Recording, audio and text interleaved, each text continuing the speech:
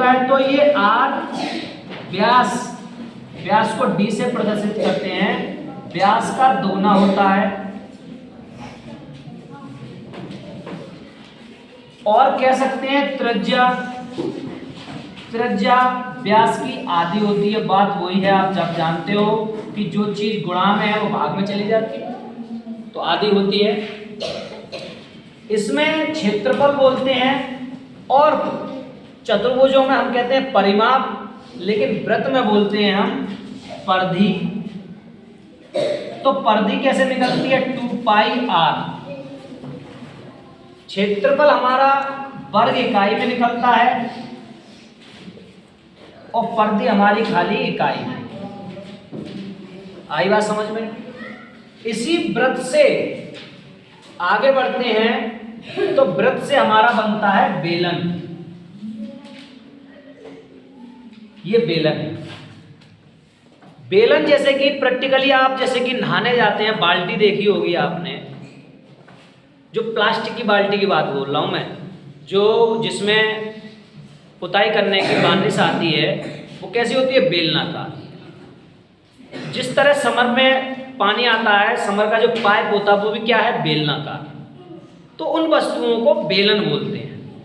तो जो चीज उसमें आ जाती है उसको उसमें आयतन बोलते हैं। तो अगर मैं इस बाल्टी में पूरा पानी भरूं और उस पानी की धारता निकालूं, तो उसको बोलते हैं आयतन। क्या बोलते हैं बच्चों? आयतन। तो बेलन का आयतन हम कैसे निकालेंगे? हमें पता होना चाहिए आधार का क्षेत्रफल, और आधार पर क्या है? वृत्त। बेलन के लिए क्या पता होना चाहिए? आधार का क्षेत्रफल। आधार का क्षेत्रफल इनटू ऊंचाई। और आधार पर हमारा क्या है? क्षेत्रफल क्या है? वृत्त। और वृत्त का हमें मालूम ही है क्या होता है? पाई आर स्क्वायर इनटू ऊंचाई। ऊंचाई तो h जितनी भी हो तो h लग जाता है, तो पाई आर स्क्वायर h। अब उसी वक्र पृष्ठ का अगर इसमें जो गोल गोल है, इसको मैं बाल्टी की चद्दर को मैं काट दूं, काट करके वो फट जाएगी, फैल जाएगी। फैल करके तो उसका एरिया पूछते हैं, तो उसको बोलते हैं वक्र पृष्ठ। वक्र पृष्ठ, वक्र पृष्ठ का क्षेत्रफल। तो वक्र पृष्ठ का क्षेत्रफल कैसे निकलता है? तो वक्र पृष्ठ जो फटा, तो फटने से क्या हुआ? इसकी परिधि से ही तो कटा, और परिधि से जब कटा ये, तो परिधि हम निकाल लेंगे। परिधि हमारी क्या हो गई?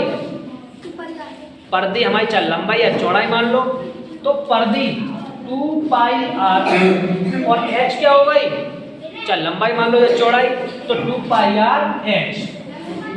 तो ये क्या आ जाता है? इसके वक्र पृष्ठ का क्षेत्रफल। कितनी जगह वक्र पृष्ठ घेरता है। फिर इसमें क्या पूछते हैं? इसका संपूर्ण पृष्ठीय क्षेत्रफल। क्या पूछते हैं? संपूर्ण पृष्ठीय क्षेत्रफल, मतलब कितना पृष्ठ है। तो ऊपर भी ढक्कन लगा हुआ है और नीचे भी ढक्कन लगा हुआ है। जो बार्निश का डिब्बा आ रहा है, मैं तो उसको एग्जाम्पल ले गए, तो ढक्कन डिब्बे पे लगा, नीचे की परिधि, तो पूरा पृष्ठीय क्षेत्रफल पूछते हैं। तो कितने वृत्त हो गए? 2। तो कह सकता हूं 2 पाई आर स्क्वायर। तो वृत्त का क्षेत्रफल 2 पाई आर स्क्वायर, और वक्र पृष्ठ है ये हमारा प्लस 2 पाई आर h। इनमें हमने देखा 2 पाई आर कॉमन है, तो उसको कॉमन को निकाल लेते हैं, r प्लस h कोष्टक में लिखते हैं। तो इस तरह से उसका संपूर्ण पृष्ठीय क्षेत्र। आगे बढ़े, इसी चीज से हमारी कट जाती है, क्या बन के आता निकल के? शंकु। तो इस शंकु का किस तरह से निकालते हैं कि शंकु कटा तो इसमें से ही है, लेकिन इसका मतलब ये नहीं है कि इसी के जैसा है। ये डिपेंड करता है किस पे? इसकी त्रिज्या पर। किस पर? इसकी त्रिज्या। ये इसकी त्रिज्या है। जैसे आपने सर्कस में देखा होगा, एक बीच में डंडा गड़ा होता है और सर्कस के इधर उधर त्रिपाल लगा देते हैं, बिल्कुल, और सर्कस में गोल गोल आकार का बना लेते हैं, ठीक है ना। तो ये त्रिज्या है, ये h है, और ये त्रिपाल जो है ये त्रियक ऊंचाई है। क्या है ये? त्रियक ऊंचाई, तिरछी ऊंचाई। तो इसका क्षेत्रफल या आयतन, तो पहले हम आयतन की बात करते हैं। तो आयतन हमारा तिहाई हिस्सा होता है। अगर मैं इस तरह से बांट दूं तो 1 2 3 तो 1/3 पाई आर स्क्वायर एच। क्लियर?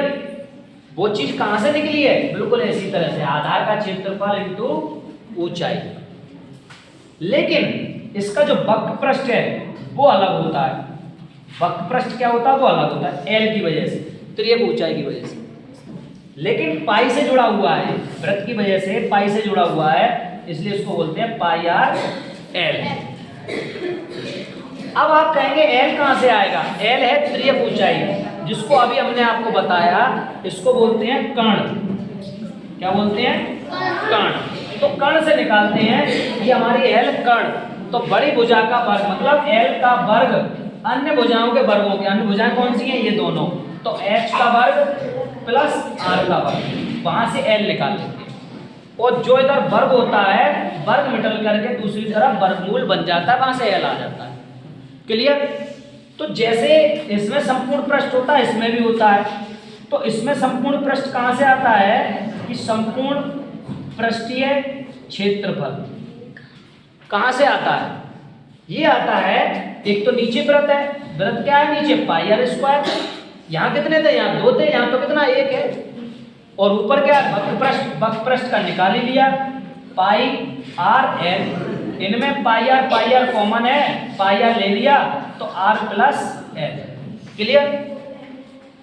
इकाई की बात करें, आयतन हमेशा घन इकाई में आता है। किस में आता है? घन इकाई। और क्षेत्रफल बता ही दिया था मैंने, किस में आती है? वर्ग इकाई। और ये भी संपूर्ण पृष्ठीय है तो क्षेत्रफल ये भी किस में आएगा? वर्ग इकाई। क्लियर बात आ रही है समझ में? और ये हमेशा लंबाई है, ये 1 इकाई में आएगी, खाली इकाई। ये सब तीनों, ये घन इकाई, वर्ग इकाई। आगे बात समझ में? इसके बाद और बढ़े तो हमारा आ जाता है गोला। क्या आ जाता है? गोला। ये वृत्त नहीं है, ये गोला है। गोला जैसे बूंदी का गोला हुआ, या आपने बड़ा बड़ा मिट्टी का गोला बना लो ठोस, या आपकी फुटबॉल जैसी कोई भी, फुटबॉल भी मान लो वो गोला है। फुटबॉल क्या है? गोला। और आपकी क्रिकेट वाली बॉल, वो भी गोला। तो उसको गोले का आयतन कैसे निकलता है? गोले का आयतन निकलता है 4/3 पाई आर क्यूब। ठीक? अब आप कहेंगे कि आर कैसे निकाला है? तो आर आप परिधि नाप ले, गोले की कहीं से भी दूर, बिल्कुल गोले से परिधि नाप लेंगे, जो मैक्सिमम होगी परिधि से आप निकाल लेंगे गोले की आर त्रिज्या। क्लियर? और क्या पूछते हैं? इसका पूछते हैं संपूर्ण पृष्ठीय क्षेत्रफल या वक्र पृष्ठ। दोनों चीजें एक ही हैं इसमें, संपूर्ण पृष्ठीय क्षेत्रफल और वक्र पृष्ठ दोनों एक ही हैं। क्या होता है? 4 पाई आर स्क्वायर। क्या होता है? 4 पाई आर स्क्वायर। क्लियर? इसी से काट करके हमारा बन जाता है अर्धगोला। क्या बन जाता है? अभी और बना, क्या बना? अर्धगोला। अर्धगोला। अर्धगोले को आप जानते देखा, जैसे कटोरी है, खाने वाला खाना खाते हैं, कटोरी है, वो गोली गोल तो होती है। अर्धगोला, इसको क्या बोलते हैं? अर्धगोला। और अर्धगोले का आयतन आधा है, तो जो गोले का आयतन था उसका आधा हो जाता है। तो अर्धगोले का आयतन क्या हो जाएगा? 2/3 पाई आर क्यूब अर्धगोले का। इसमें वक्र पृष्ठ और संपूर्ण पृष्ठ अलग हो जाता है। क्यों हो जाता है? वक्र पृष्ठ आधे का होगा, पूरे गोले का क्या था? 4 पाई आर स्क्वायर। इसका क्या हो जाएगा? 2 पाई आर स्क्वायर। संपूर्ण पृष्ठ में क्या होता है कि संपूर्ण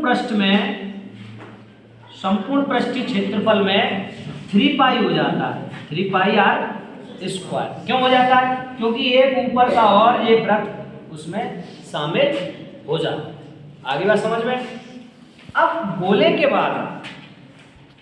बाद आती है हमारी बाल्टी, पुराने जमाने वाली, जिसमें कुछ इस तरह की होती थी, इस तरह से, याद आ गई हो तो आपको, नीचे का कम हिस्सा इस तरह से होती थी, याद आ गई।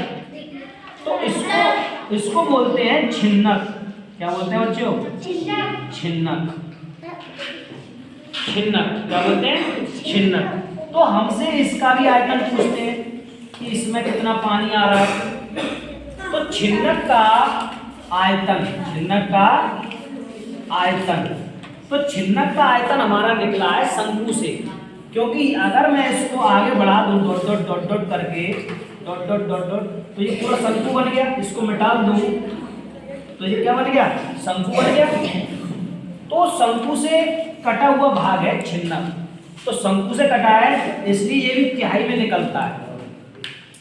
लेकिन इसमें एक बड़ा आर, एक छोटा आर, या कह सकते हैं हम कि R1 और ये R2, कुछ भी कह दो, बड़ा आर या छोटा आर, दो चीजें आने की वजह से त्रिज्या बदल जाती है, क्योंकि यहाँ बड़ी त्रिज्या या छोटी त्रिज्या है। बदलने की वजह से इसका आयतन भी डिफरेंट हो जाता है, लेकिन इनका जो h है, ऊंचाई है, तो h वही रहती है। तो पाई और s तो वही रहेगी, लेकिन r की जगह पर बड़ी r का वर्ग प्लस छोटी r का वर्ग, फिर उन दोनों का गुणा, ये चीजें आ जाती हैं। क्लियर? अब ठीक हो गया यहाँ तक, चलो मानते हैं। लेकिन जब इसका वक्र पृष्ठ, इसका भी वक्र पृष्ठ, हमने शंकु का वक्र पृष्ठ समझा। शंकु का क्या होता है? पाई आर एल। लेकिन यहां पर आर 2 है, चलो पाई एल तो ठीक है कहीं तक, लेकिन दो त्रिज्याओं की वजह से यहां पे कंफ्यूजन होता है। तो वक्र पृष्ठ के लिए पाई और एल तो ठीक है, लेकिन आर 2 होने की वजह से इनमें क्या हो जाता है? जुड़ जाती है। क्या होता है? जुड़ जाती हैं। तो क्या आ जाता है? R plus R. क्या आ जाता है? R plus R. लेकिन इसकी वहां पर त्रियक ऊंचाई देख रहे थे, तो सूत्र तो यही आ रहा था त्रियक ऊंचाई में L बराबर √h² प्लस r²। लेकिन इसकी त्रियक ऊंचाई अलग हो जाती है। क्यों? क्योंकि इसमें r की वजह से। तो त्रियक ऊंचाई L बराबर क्या हो जाएगा? √h² प्लस बड़ी r² माइनस छोटी r²। ठीक है ना? इन दोनों का अंतर, बड़ी आर माइनस छोटी आर का, तब निकालते हैं वहां से त्रियक ऊंचाई। क्लियर? अब इसमें भी संपूर्ण पृष्ठ आता है। क्या आता है? संपूर्ण पृष्ठीय क्षेत्रफल। अब इसमें कितने वृत्त हो गए? एक तो ऊपर वाला वृत्त हो गया, चाहे वृत्त कैसा भी हो, वृत्त तो वृत्त है। तो एक ये हो गया पाई r², एक नीचे हो गया पाई r², और बीच में वक्र पृष्ठ आपने निकाल ही लिया। तो तीनों को जोड़ लेते हैं। कैसे जोड़ते हैं? कि पाई r², पाई r² और पाई l और r प्लस r, ऐसे करके। अब तीनों में से चाहे पाई l पाई r कॉमन है, ले लो बाहर निकाल लिया। तो क्या बचा? r² प्लस l कोष्टक में r प्लस r। अब देखिए, जब हम समझ जाते हैं, सूत्र को याद करने में थोड़ी प्रॉब्लम होती है, लेकिन समझ के याद करते हैं तो आसानी होती है। ठीक है? हमने समझा, हर चीज को अच्छे से समझा। तो हम जब ध्यान से जब पढ़ते हैं, प्रैक्टिकली समझते हैं, तो उसको चीजों को नहीं भूलते। क्लियर? अभी हमारा एक चीज और रह गई, घन, और जानते हैं घनाभ।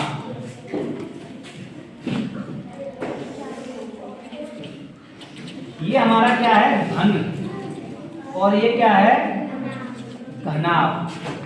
इन दोनों का तात्पर्य ये है कि घन, आपने देखा है कि कोई कमरा बनाया किसी ने। कमरा कैसा बनाया? जिसके 6 पृष्ठ हैं, 6 सतह हैं, वो कैसी है? सब एक तरह सी हैं, फलक बोलते हैं जिनको, एक तार है। कैसी?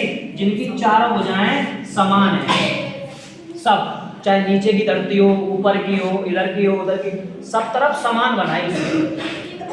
तो अगर उसमें कोई चीज में भरूं, पानी भरूं या स्विमिंग पूल की तरह बनाऊं, तो उसको बोलते हैं घन का आयतन। क्या बोलते हैं? घन का आयतन। तो आयतन निकलता है भुजा का क्यूब, क्या भुजा का क्यूब, मतलब एक भुजा पता हो उससे निकल आता है। लेकिन भाई घनाभ में देखें तो घनाभ का आयतन में, घनाभ के आयतन में लंबाई, चौड़ाई और ऊंचाई तीनों इकाइयों का गुणा होगा। ठीक, अगर मैं इसकी बात करूं, इसका पृष्ठीय क्षेत्रफल, इसका संपूर्ण पृष्ठीय क्षेत्रफल, संपूर्ण पृष्ठीय क्षेत्रफल, तो संपूर्ण पृष्ठीय क्षेत्रफल में मेरे 6 पृष्ठ हैं, तो 6 इंटू भुजा स्क्वायर। आई बात समझ में? और इसकी बात करूं, इसमें अलग अलग है, इसलिए इसका संपूर्ण पृष्ठीय क्षेत्रफल क्या हो जाता है? संपूर्ण पृष्ठीय क्षेत्रफल हो जाता है कि हर चीज लंबाई चौड़ाई हर चीज दोनों तरफ समान है, तो 2 कॉमन ले लिया, एल बी, बी एच और एच एल, मतलब लंबाई चौड़ाई, चौड़ाई ऊंचाई, ऊंचाई लंबाई का मल्टीप्लाई। ठीक है ना। अगर मैं बात करूं इसके वक्र पृष्ठ का, किसका? वक्र पृष्ठ, वक्र पृष्ठ, तो वक्र पृष्ठ में क्या आ जाता है? वक्र पृष्ठ कह सकते हैं या चारों दीवारों का क्षेत्र, चारों दीवारों का क्षेत्रफल। तो 4 दीवार पूछ रहा है या 3 दीवार पूछे या 2 दीवार का, उसका ही गुणा करना है, 4 भुजा स्क्वायर। आगे बात समझ में? लेकिन इसमें वक्र पृष्ठ क्या हो जाता है, इसमें थोड़ा सा ध्यान से देखना पड़ता है। 4 दीवार में 2 दीवारों में समान मिल रही है एल बी, तो 2 कॉमन ले लेते हैं, L plus B into H, ये वक्र पृष्ठ आ गया। आ गया। अब वक्र पृष्ठ आने के बाद इसमें पूछते हैं कभी कभार कि लंबी से लंबी छड़, लंबी से लंबी छड़, छड़ कितनी आ सकती है? तो जब छड़ निकालते हैं, लंबी से लंबी छड़, तो तीनों भुजाएं कौन कौन सी? एच का वर्ग प्लस एच का वर्ग, एल का वर्ग प्लस बी का वर्ग, मतलब एल बी एच तीनों का वर्ग में आ जाता है। ठीक, तीनों का वर्ग निकाल लेते हैं। आगे बात समझ में? लेकिन इसमें छड़ की बात पूछें, इसमें छड़ की बात पूछें, तो इसमें जब तीनों चीजें समान होती हैं, क्योंकि तीनों की भुजाएं समान है, तीनों ए स्क्वायर ए स्क्वायर ए स्क्वायर है, तो तीनों जुड़ जाती हैं 3a स्क्वायर, तो a से वर्ग कट गया, तो a अंडर रूट 3, तो लंबी से लंबी छड़। आ जाएगा समझ में? Thank you.